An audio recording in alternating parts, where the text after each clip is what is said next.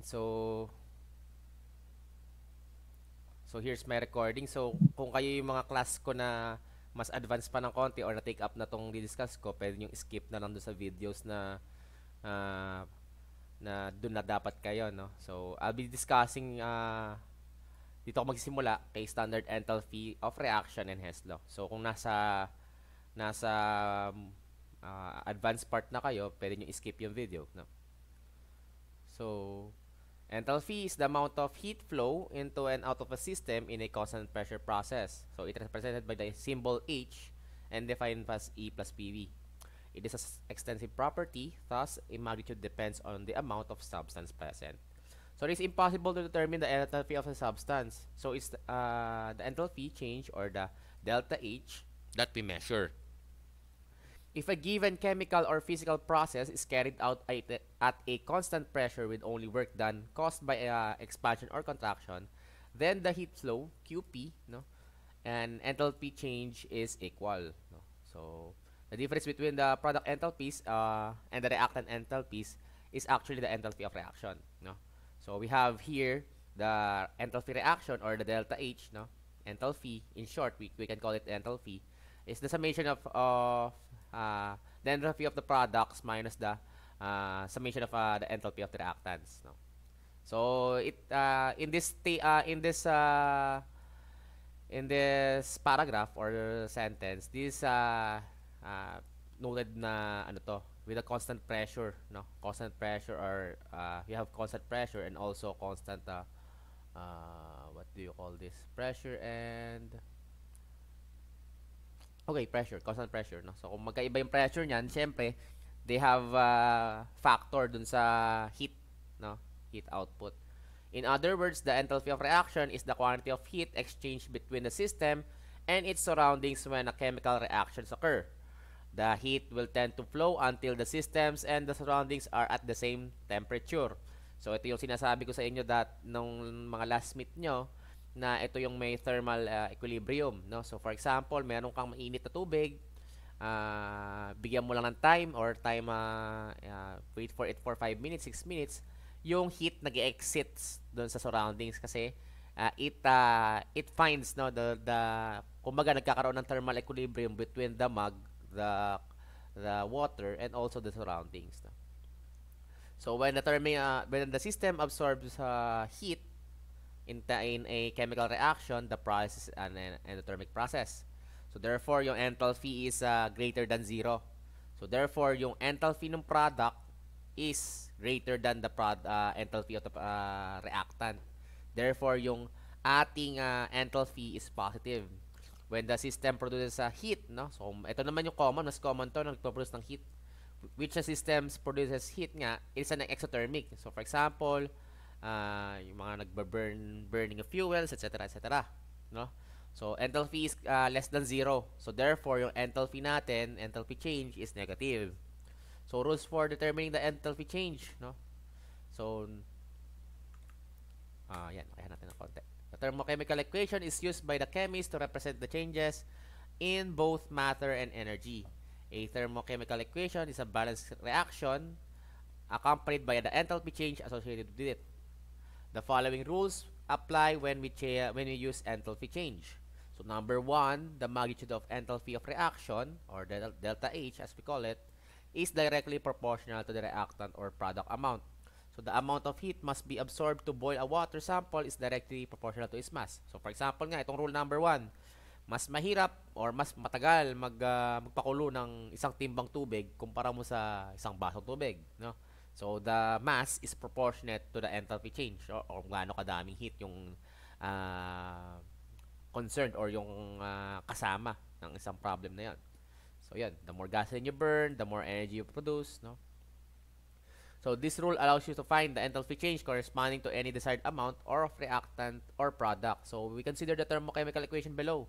So we have here 1 mole ni hydrogen, no, plus 1 mole ni chlorine, nag-produce daw ng 2 mole ni hydrochloric acid, no? In which yung reaction ng products ng ano na to, ng mga what do you call this reactants, they emit negative 185 kilojoule of heat, no? So exothermic process. So, in this problem or in this equation, we have here, yun nga, 1 mole of hydrogen, then 1 mole of chlorine, nag-produce ng 2 moles of hydrochloric acid. No? Nag-emit ng 185 kJ of heat. No? So, ang sabi dito, if we multiply the number of moles, or rather the amount of that substance, for example here, we multiply the equation by 2. So, we have here, nag-multiply tayo ng dalawa dito sa equation na to. So, we have 2 moles ni hydrogen plus 2 moles ni chlorine. It yield 4 moles ni hydrochloric acid. No? Kung nag-multiply tayo ng 2 dito sa equation na to, syempre, yung enthalpy change natin will be multiplied by 2 din. So, dating 185 siya, nag-multiply ng 2, lalabas 370 kJ. Now, pag naman dinecrease natin by that same amount, so for example, we want to produce 1 mole of hydrochloric acid lang. Kung 1 mole lang, syempre kakalahatiin natin si hydrogen, saka kakalahatiin natin si chlorine. So therefore, HCl. In this equation, yung first equation, kumbaga dinivide natin by 2. So kung dinivide natin by 2 to, yung enthalpy change natin will be also divided into 2. So the thermochemical equations also allows us to relate the enthalpy change of amount of reactants and products, leading to conversion factors such as 185 kJ, negative 185 kJ over 1 mole of chlorine. No? So, ibig sabihin nito, pwede kayong magkaroon ng ratio and proportion. Kumbaga, parang may conversion factor tayo, depende dun sa hinihingi ng problem. Kung ang hinihingi ng problem is the amount of heat, syempre, nasa taas si kilojoule para makancel yung number of mole. Pag naman in grams, in value, in mole, syempre, nasa taas naman yung ating substance. No? So, kumbaga, ratio lang to. So, sinasabi dito, every 1 mole ni chlorine, o, yan, 1 mole, yan, meron kang negative 185 kJ of enthalpy change. Every 1 mole naman ni H2, ito rin, 1 mole din yan, meron kang negative 185 kJ of enthalpy change. Every 2 mole naman ni HCl, no, ni hydrochloric acid, meron kang 185 also 185 kJ of heat. No? So, kung gusto mo namang 1 mole naman ni HCl, syempre, dapat proportionate. Kung 1 mole dito, 92.5 yung kilojoule of heat. Kasi dito kinuha yan, no? Pwede dito 1 mole, no? Kung 4 mole naman yung trip mo, ayan, 4 mole ni HCl, you have 370. Pwede mo rin sabihin na 2 mole ni hydrogen gas, you have 370 kilojoule of heat. No? So, mag-proportionate lang siya. So, similarly, we can say that H2O in solid form, we needed 6.01, no? So kumbaga nagpasok tayo ng init or ng heat na 6.1 kJ.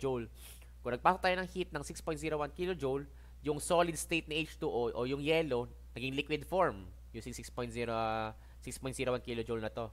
Ngayon, if ever if you try to imagine, yung dinoble natin yung amount of that yellow. So for example, dito yellow to na tigli 5 piso. No? So, you need 6.1 kJ of heat para matunaw yon. Dito naman, dalawang tigli 5 pisong yelo. Ganon. So, kung dalawang tigli 5 pisong yelo yan, you need the double the amount of heat to transform that solid state or yung yelo na yon into liquid. No? Ganon lang siya. Ganon yung idea niya. It's proportionate. So, example 2.9. The Bunsen burners in your labs are fueled by natural gas, which is mostly methane, CH4. The thermochemical equation for the burning in oxygen of methane is here. No? So we have here CH4 plus 2O2. It yielded CO2 plus 2H2O. No? So it's an exothermic process na naglabas ng 890.3 kJ. So we need to calculate the enthalpy change when a 5 gram of CH4 or 5 grams ni methane yung nag-react dun sa oxygen na to. No? So, from that conversion factor, kung mapansin ninyo, 1 mole ni CH4 is equals to 890.3 kJ or negative 890.3 kJ of enthalpy change. So, meron tayong ratio and proportion. Meron tayong magagawang ratio. So, every 1 mole ni CH4, meron tayong 890. No? So, can be used as a conversion factor. So, we multiply it here. No? Every 5 grams ni CH4, meron daw tayong 1 mole of CH4. So, syempre, ko-convert mo natin yung 1 mole kasi mole yung given dito. Tapos dito, 5 grams. So, every 1 mole ni CH4, lalabas daw 16 grams ni CH4. Saan galing yung 16 grams na to? Yung 16 grams, galing to sa 12 grams per mole si carbon. Then, si H, hydrogen, 1 gram. So, kung 1 gram si hydrogen, 1 times 4, you have 4, syempre. Tapos, kung 12 grams naman si carbon, 12. So, 12 plus 4, that is 16. So, every 1 mole ni CH4, merong 16 grams ni 16 grams, no? So, kung ito, pwede nyo makuha to through the periodic table, no? So, we'll be providing it naman, no? So, you can use table. You can use periodic table.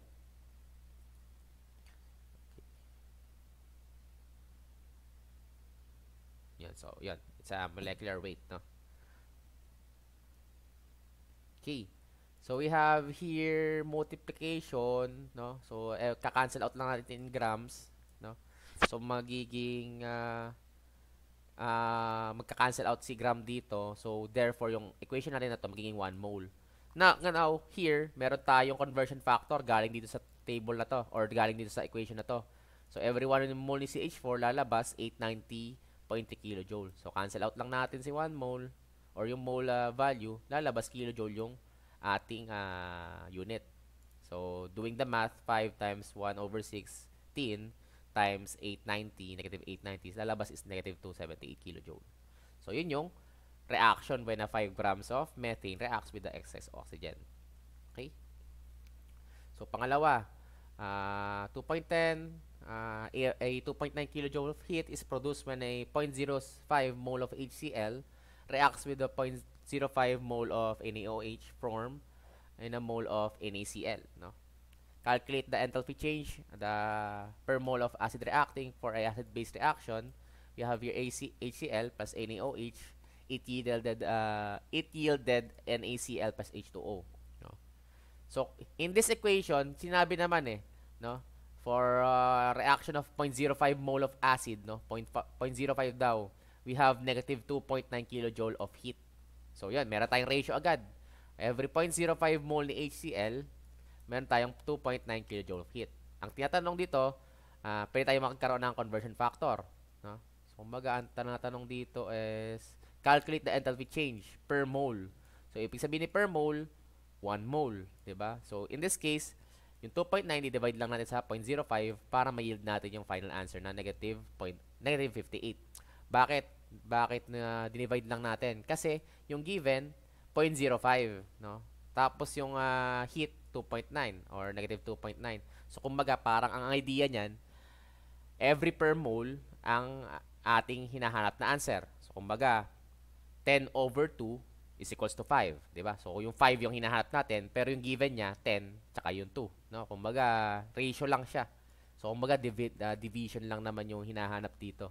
So, therefore, yung conclusion natin, every 1 mole ni HCl, it reacted or it created a negative 58 kilojoule. Okay? Yan. So, ito yung final equation, no? Nire-write lang to. Tapos, therefore, your enthalpy change is negative 58. Okay. So, yun. So, the enthalpy of reaction or the ayun nga, yung delta H for a reaction is equal to the magnitude but opposite in sign for the reverse action. So, for example, here, we have here H2O in solid. Nag-input tayo ng 6.01 kilojoule of heat para maging liquid, no? So, nag-endothermic process siya. Nag-absorb siya ng heat. Now, naging liquid na siya. So, kung kailangan mong ibalik into solid form yung H2O na yon, yung exact weight ng H2O na yon, you need also to remove 6.01 of heat to that system para bumalik yung solid state niya. So, it's interchangeable. Pag binaliktad nyo yung reactants saka yung product, yung enthalpy change, magbabaliktad din ng sign. Kumbaga, mag-alang din siya. Mag-change lang din siya ng sign, no? Number 3, the value of H for the reaction is the same whenever it occurs in one step or a series of steps. So, we have here the final equation, equation 1, equation 2, equation 3, no? So, we have here the delta H or the enthalpy change is equal to the enthalpy change of the first equation, enthalpy change of the second equation, etc., etc. So, ang sinasabi dito, Yung enthalpy change, for example, ni solid to gas is equals to the enthalpy change from solid to liquid to gas, or solid to between the solid to liquid, liquid to gas. Kumbaga, yung final and initial lang yung ang concerned ni enthalpy, no, regardless kung gaano karaming steps yung nangyari dun sa equation or nangyari dun sa state, no, kung anong nangyaring heat dun. Yun yung concerned ni enthalpy change. So this relationship is also referred as Hess's law. So after named by after Germain Hess, I think. Hindi ko siya kilala. Baka tito niya yan. So who conducted in 1840. So Hess law is a direct consequence that the fact that enthalpy is a state property or dependent only in initial and final states. No? So yun. So initial and final, regardless kung how many steps. No? Yan yung sinasabi niya. So if we consider the following here, no? So summarizing lang natin. So enthalpy change is directly proportional to the amount of reactant or product. Kung gaano karami yung reactant, ganoon din karami yung heat. So enthalpy change changes sign when the reaction is reversed. Pag binaliktad yung reaction, like here, no? Positive, magne-negative lang din siya, or negative magiging positive yung enthalpy change. Enthalpy change for the reaction has the same value regardless of the number of steps. So, kung gaano man karami yung steps na yan, kung gaano karami nangyari dun sa substance na yon, yung initial and final lang yung concern natin, it's still the same, no? So, example 2.11.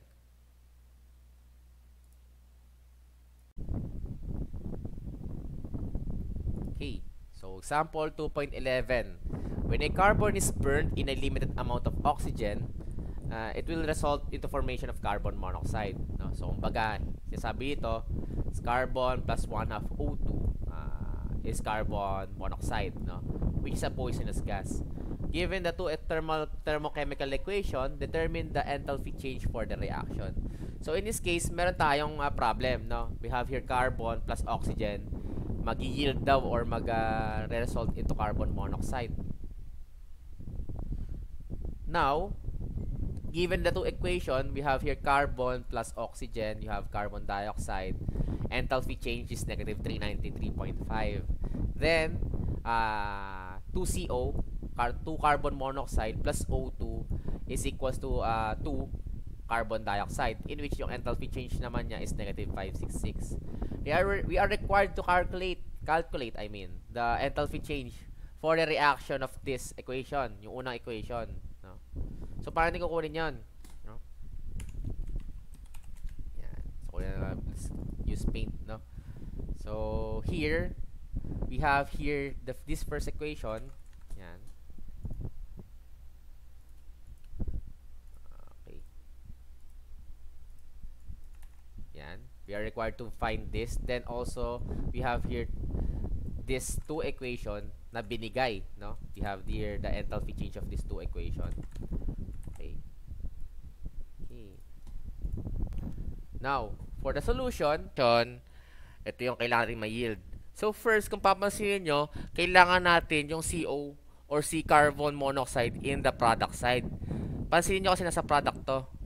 Tapos, ito namang si CO naman sa given natin, that is in the reactant side. So, kumbaga, kailangan nating baliktarin to. Pabaliktarin sa equation 2. Kasi dito sa equation 1, wala namang carbon monoxide. Kasi dioxide to, ha? So, yan. Kailangan nating baliktarin tong equation na to. So, kung babaliktarin natin, ang mangyayari sa kanya, itong reactant side magiging product side. Then, also, ito na mga product side magiging reactant side. No? So, copy lang natin itong arrow. Yan. So, ito na ngayon yung equation na to. Tingnan ganito yung equation.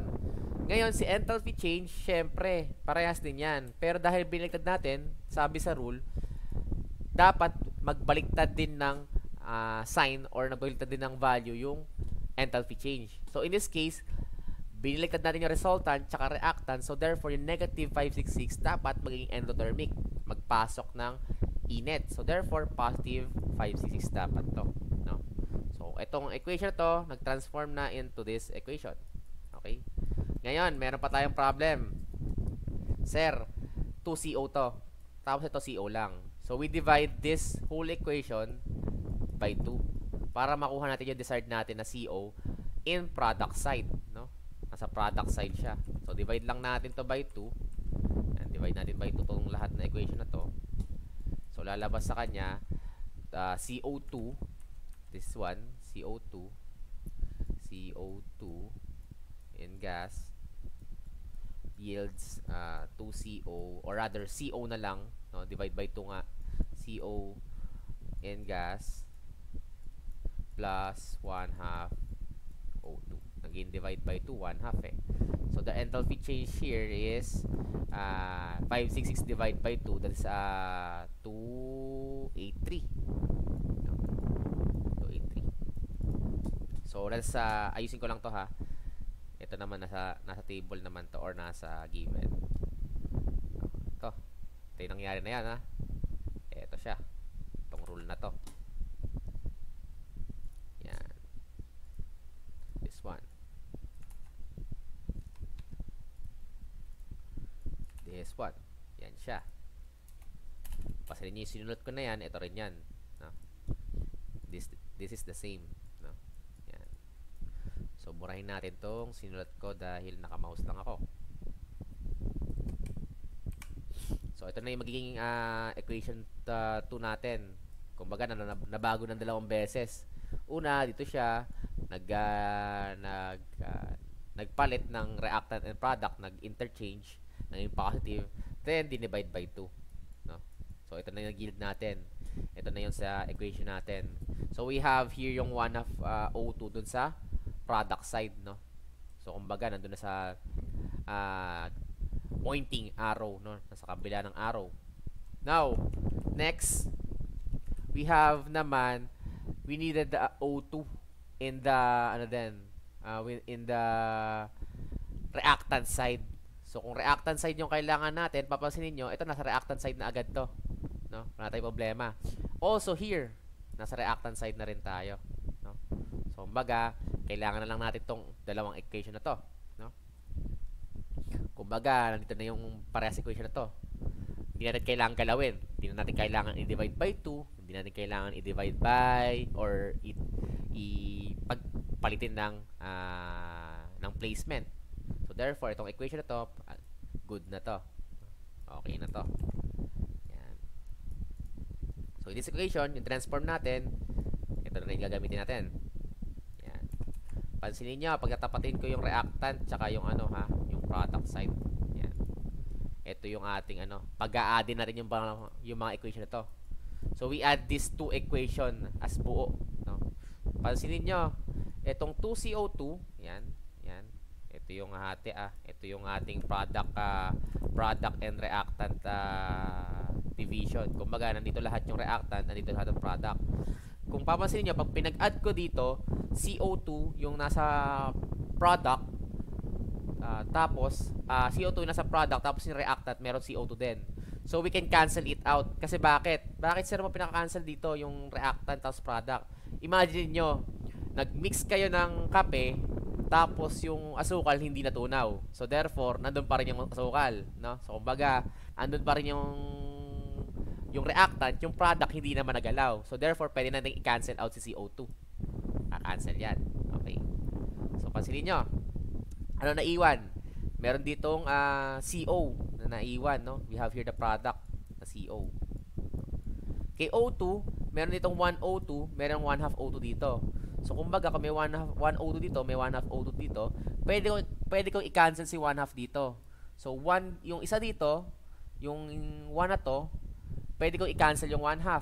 So, magiging 1/2 na lang to. No? Kumbaga, yung kalahati lang ng yung na-cancel out ko. Ito buo to na 1/2 1O2. So, therefore, pwede ko i-cancel yung 1/2. So, ang mangyayari ito, matitira ng 1/2 O2. So, therefore, we have here CS plus 1/2 O2 is CO, in which ito yung hinahanap nating equation. No? So, in this case, yung negative 393, pag-a-addin lang natin sa 283. So, therefore, yung enthalpy change niya is negative 393 plus 283. So, lalabas dyan, ay 0.5 pa to.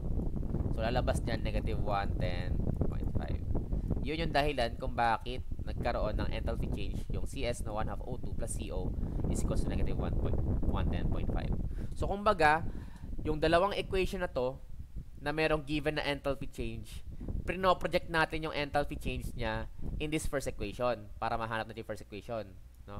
So bakit ganito? May mga equations kasi or may mga sa problems na hindi mako-compute yung enthalpy change, pero pwede natin i-project yung mga enthalpy changes nila sa ibang reaction. In this case, ito nga ang dalawang reaction na to, no? So na-project natin yung enthalpy change nitong equation na to using these two reactions. Okay? Or two equations. Next. So next we have here the standard enthalpy of formation. Ayan, so heat or formation. So a formation reaction is when exactly 1 mole of the chemical compound forms from its elements on their standard state. The standard molar enthalpy for a formation of compound, no, so we have here the standard enthalpy of formation, no, so F means formation, is equal to the enthalpy change when 1 mole of compound forms at a constant pressure of 1 atmosphere and a fixed temperature from 35 degrees Celsius, no? So this is the standard state condition. So syempre merong merong enthalpy difference kung ang usapan ibang atmospheric pressure and also the temperature, no? So for example, you have experimented on this on a chemicals above or below water sea level, kumbaga 1,000 feet or 1,000 meters below the sea. Syempre iba yung temperature doon, iba rin yung atmospheric pressure doon. So iba rin yung enthalpy formation doon, no? Yun yung sinasabi dito. So these values are useful for computing or predicting enthalpy changes for a chemical reactions that are impractical or dangerous to carry out or difficult to measure, no? So for example, mayroong mga problem na mahirap i-measure, no, or measure na or i-actual yung reaction, no? It is dangerous, no? So we can determine the enthalpy change using the Hess law. So if we have the values for the appropriate standard enthalpies of formation. So parang yung ginawa natin kanina. So enthalpies of formation for a variety of compounds are listed in the table below. So notice that with few exemptions, enthalpy of formations are negative quantities. It means that the formation or compound of the elements is ordinarily exothermic. So usually naman to exothermic yung process na to. Kumbaga nag-emit sila ng heat pagka nagre-react. So bihira yung mga endothermic processes or somehow it's few, no? So on the other hand nga yan, so heat is absolutely absorbed, usually decomposes yung or decomposing yung related to pagka heat absorbed. So you will note that the table that is no entries for elemental species such as Br and O2, no, is a consequence of how enthalpies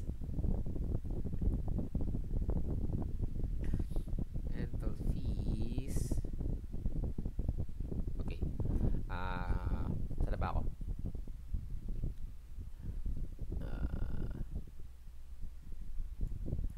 Yan of formation are defined.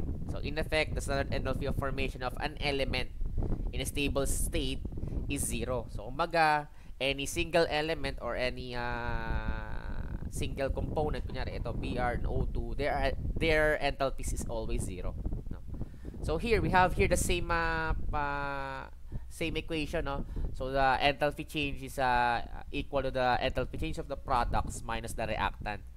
So applying the above principle for the heat formation of reactions, so we have here Ag plus 1 of Cl, it yielded AgCl, no? So therefore yung enthalpy change is negative 127.1 kilojoule. So this is a formation, no? Kumbaga, every 1 mole AgCl, you have here negative 127.1 kilojoule of enthalpy. So here then also you have 1 of N2 plus O2, you have NO2, and the enthalpy change is positive 330.2. no? So it's also a formation dahil every 1 mole ni NO2 you have here positive 33.2 kilojoule of enthalpy change. So it's followed that the enthalpy change or the enthalpy formation of AgCl is negative 127.1 every 1 mole, no? Same naman dito.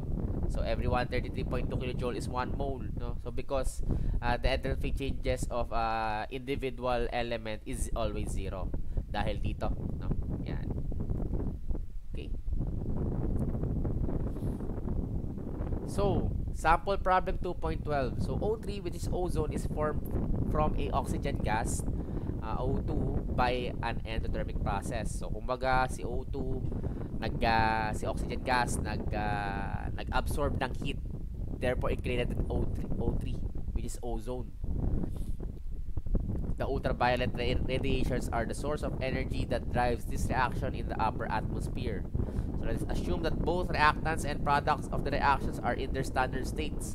So we are asked to determine the standard enthalpy of formation for the ozone of the following information. So we have 3O2 plus 2O3. 3O2 yielded 2O3, I mean, no? So yung oxygen gas, 3 moles of oxygen gas, it yielded 2 moles of ozone, no? So pamansin niyo yung enthalpy dito is 286 kilojoule. So bakit walang F? Syempre wala siyang formation. Bakit walang formation? Kasi hindi naka 1 mole yung or hindi naka standard equation or hindi naka 1 mole yung product side. So therefore, kung gusto natin makuha yung enthalpy of formation na equation, we need 1 mole of the product side lang. So mapansin niyo dito, dinivide lang natin by 2 tong whole equation na to. Yan, so naging 3 halves O2 equals to O3. So every 1 mole na to ni ozone, no? Therefore, kung divide natin siya by 2, yung ating given na enthalpy change na 286, divide din natin sa 1, divide natin sa 2 din, no? Divide natin sa 2, no? So kung lalabas sa kanya 286 divided by 2, lalabas ay 143 kilojoule of heat, no? So this is negative. I think I'm sorry, positive pala, no? Yan, positive siya. I'm sorry po. Yan, divide lang yan. Okay. So next we proceed to the yun, formation na siya. Kasi formation na siya kasi naka 1 mole na yung O3, no? Maging formation na siya. So example 2.13, write the heat for formation reactions equations for this two equations. Let me pause lang to at resume. So here's example problem 2.13, write the heat of formation reaction equations for C2H5OH, which is ethanol, then Ca3PO4 2 is calcium phosphate. Now, so remember that the heat of formation reaction equations for forming 1 mole of compound is element under standard conditions. No? So para nangyari tong equation na to, no? So let's try to solve or try to visualize it, no? So meron tayong result na ethanol, which is C2H5OH. Now we break down the element or the reactants, no? So in this case meron tayong C, carbon, tapos plus H2. Bakit H2? Kasi si H2, that is the standard state, no? So kumbaga si hydrogen at natural state, nakikita nyo H sub 2 talaga siya, no? Plus meron pa tayong O sub 2. Bakit sub 2? Dahil ang standard state or yung natural state nga ni O2 is in sub 2, no? So mapansin nyo, unbalanced yung equation. Bakit unbalanced? Meron tayong carbon dito na 2 counts. We have here hydrogen, in which meron tayong 5, tsaka dito may 1 tayo dito, in which 6 dito. Tapos we have here oxygen, in which ang count niya is 1. Now, kailangan natin i-balance equation, kailangan natin i-correct to. So kung si carbon ay 2, dito ay 1, we need to multiply this by 2. Maging 2C siya. Kung si hydrogen ay 6 here sa product side, tapos dito 2 lang, ano yung i-multiply natin sa 2 para mag-yield ng 6. Therefore, 3 siya, di ba? 3H2. No? Yan. Then, medyo mali pala yung plus ko. Anyways, tapos, si O2, dito, 2, then here, 1 lang. So, ano yung i-multiply ko kay O sub O2 para maging count niya is 1 lang. So, therefore, i-multiply ko ng by 1/2. Diba? 1/2 times 2 is 1. So, therefore, it will yield 2C plus 3H2 plus 1/2 O2. Dito nang galing yan. Yan. So, have to balance the equation lang din. So, here's our equation, no? Ca3PO4 2S na calcium phosphate. So, we separate na yung mga resultant niya or mga reactant niya. So, Ca in solid form. So, pag calcium tsaka pag phosphorus, their standard state pag solid, laging ano yan, laging standard state or solid state, no? Kumbaga, ganyan na siya. Tapos, plus P4, no? P sub 4, ito yung standard state niya, plus O2. Para na ko yung mga coefficient na to, no? So, here we have Ca3, si calcium, we have 3 counts. For P, we have 2 times, ito, siyempre naka parentheses, we have here 2 counts, no? So, here naman kay oxygen, we have 4 times 2 is equals to 8. Okay. Kung si CAI 3, dito ang ating magiging coefficient dito is 3Ca para balance out dito. Check na si Ca. So kung here naman si P naman natin is 2. So dito naman is ang natural state ni P dito is 4. Para maging 2 lang dito, we multiplied it by 1/2. Then lastly, kay O2 kung 8 dito, we have here 2. Multiply lang natin by 4 para mabalance yung equation. So therefore, we have here 3Ca plus 1/2 P4 plus 4O2. Dito galing yan. Okay?